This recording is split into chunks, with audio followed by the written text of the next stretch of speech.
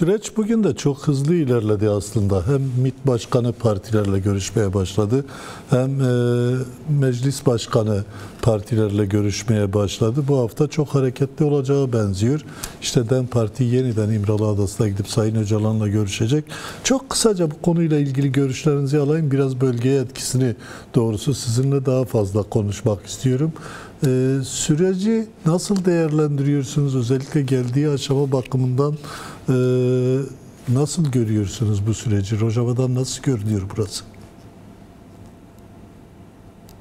Şimdi bölgeye baktığımızda Orta Doğu'da gerçekten de hızlı bir süreç yaşanıyor ve bu iki sorun vardı yani bu Orta Doğu'da. Birisi Filistin sorunu, ikincisi de Kürt sorunudur. Yani bunlar çözülmeden herhangi bir istikrardan bahsetmek yanlış olmaz yani bu Orta Doğu'da.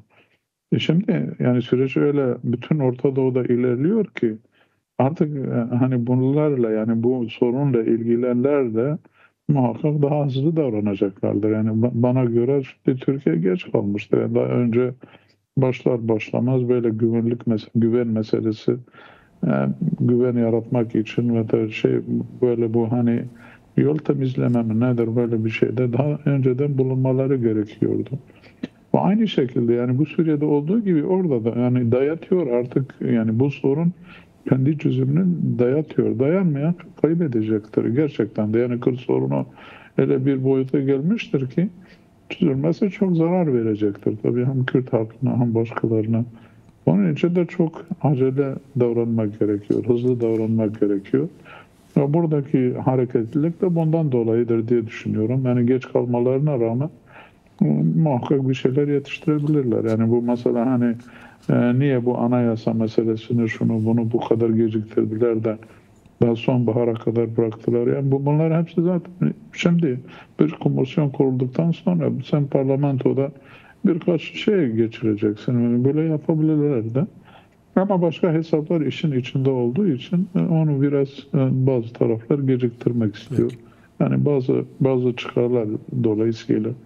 Ama Peki süreç biraz kendini dayatıyor. Yani muhakkak bir şeyler olması gerekiyor diye düşünüyorum. Peki biraz bardağın dolu tarafından bakalım istiyorum. Boş tarafından öte. Süreç eğer Türkiye'de hızlı ilerlerse, birçok sorunun çözümüne dönük adımlar atılırsa, bu özellikle Orta Doğu'da, bölgede nasıl bir değişikliğe yol açabilir? Yani geleceğin Orta Doğu'su, geleceğin Suriye'si, Irak'ı nasıl bir tabloyla karşılaşır eğer Türkiye bu konuda engelleyici bir yaklaşım geliştirmezse? Bizim umudumuz odur zaten. Yani şimdi bu çözülürse şimdiye kadar biz Rojava'dan bahsedersek bu yani Türkiye'nin Rojava'ya böyle karşı olması anlamsızdır diye. Yani böyle bir şey değildir. Biz baştan beri hep böyle dost, komşu bir ülke olarak baktık. Aramızda daha iyi olmalarını istedik.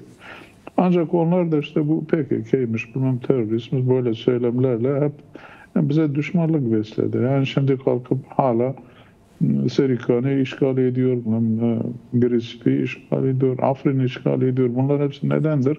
İşte bu korkulardan dolayıdır. Şimdi Türkiye'de çözülürse artık bu korkulardan kurtuluruz. Bu bir. İkincisi de ya kardeşim tamam siz orada Kürtlerine veya da Kürt toplumuna yardımcı oluyorsa niye bize yardımcı olmuyorsun? Niye başka tarafa bizi itiyorsun veya da lanse ediyorsun veya da sanki biz Türkiye'ye karşı çalışıyormuşuz gibi öyle göstermek istiyorsun. Öyle değil. Sanırım eğer gerçekten de Suriye'de bir istikrar istiyorsan, dost bir ülke, dost bir toplum istiyorsan Kürtlerden başka yoktur. Yani Kürtler zaten yani şimdiye kadar hani bu daha önce söylenen şeyler, beraber yaşamayı bilmem ne falan biz öyle gelmiştir. Yani öyle yani bir düşmanlık falan beslemiyor. O Türkiye'ye karşı da bir şey değil. Türkiye halklarına zaten hani bu sınır iki tarafında da köyleri yani bu şey parçalamıştır. Hiçbir zaman kalkıp bir düşmanlık kin veya da şey yapmadık. Ve en iyi yolu da kalkıp niye yani orada çözülsün de bize de yardımcı olabilirler yani bu bakımda. Sen hala kalkıp Kürt halkı yerine bu cihatları şey yap, cihatçıları bu sınır çağ dışı insanları hala destekliyorsun. Sen kalkıp bilmem İsrail'de ne yapıyorsun? Ben Jolani ile ve de Ahmet Şeral'e kalkıp yatıp kalkıyorsun. Yani bunu yapmak yerine sen niye buradaki insanların hani sana düşmanlık beslemediği ilişkiye girmiyorsun? Yani böyle bir şey yapılabilir.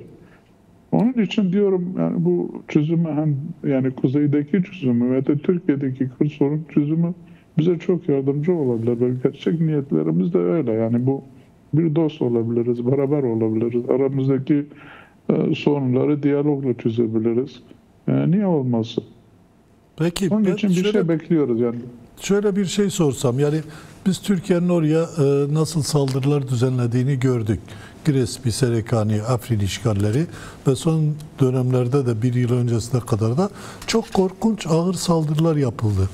13. yılını doldurdu Rojava devrimi. Bugüne kadar Rojava üzerinden Türkiye'ye dönük tek bir askeri ya da farklı bir eylem oldu mu? Türkiye bunu hep kullanıyor. Gerçekten orada öyle bir şey yaşandı mı şimdiye kadar? Hiç öyle. Bu yapılanlar hepsi öz savunmak içindir. Bir meşru savunmak için yapılmıştır. Başka bir şey değildir. Yani gerçekten de hani birisi kalkıp yok ben şöyle yapacağım, böyle yapacağım öyle değil. Ama kendimizi savunmak için muhakkak hani biz de elimiz kolumuz bağlı kalmamışız. Yani bir şeyler yapmışız. Yani bu Afrin'de olsun bilmem Serikhane'de olsun, Giresun'da sen kalkıp bizim evimizin içinde bizi dövüyorsun. Yani sen muhakkak ben de el kaldıracağım. Bu çerçevede olan bazı şeyler vardır ama hiçbir zaman ben de bunun revanşını alayım bilmem şöyle yapayım öyle bir şeydi. Ne besledik ne değildik ne de bunu düşünüyoruz yani. Peki. Sadece aramızdaki ilişkilerin normalleşmesi için elimizde ne gelirse yaparız yani. Peki son olarak şunu sorayım. Türkiye'nin bir Suriye siyaseti var. Görünen o çok da ciddi bir değişiklik yapmamışlar. Bu Suriye siyasetinin bu sürece etkisine ilişkin ne dersiniz? Nasıl etkiler bu süreci eğer bu siyaset değişmezse? Değişmezse bütün yani biz de kaybederiz, onlar da kaybeder, bütün Orta Doğu'nun halkları kaybeder. Yani bu cihatçıları destekliyorsun, bu cihatçılar bütün dünyaya bela olmuştur. Yani şimdi nedir? Kalkıp şimdi soruşturma yapılıyor. Bakıyoruz bu Süveydan'ın meselesi, en son mesele Alevilerin yaptıklarını biliyoruz. Bütün dünya artık buna karşı çıkmıştır. Ve bunun herkes kalkıp yani bundan daha ötesi Türkiye'ye yüklüyorlar. Sen olmasan bu da olmaz. Bunlar böyle yapmaz. Sen destekliyorsun, sen getirdin. Yani Türkiye kendini suçlu bir duruma götürüyor. Halbuki bunu başka türlü yapabilirdi. Yani bu şekilde değil. Bu cihatçıları sen bir ara destekledin. Tamam bir şey olmadı. Politikanı değiştir. Bu cihatçıları şey yap. Şimdi başına bela oluyor yani gerçekten de. Şimdi 40 bin bazıları da 50 bin kişiden Orta Asya'dan bilmem Uygurlardan sen toplamışsın buraya sokmuşsun. Çünkü herkes bundan kurtulmak istiyor. Bunu nereye gidecekler? Ya sen kucağına itecekler ya da başka bir şey yapacaklar. Sen bunları ne yapar? Hepsi senin yolunda geliyor. Suriye'ye gelen bütün DAEŞ'çiler senin yolundan geldi bu IŞİD'çiler. Peki sen bunları ne yapacaksın? Şimdi bunun sorumluluğunu hepsini kalkıp size hesap sorarlarsa sen bütün kaybedersin.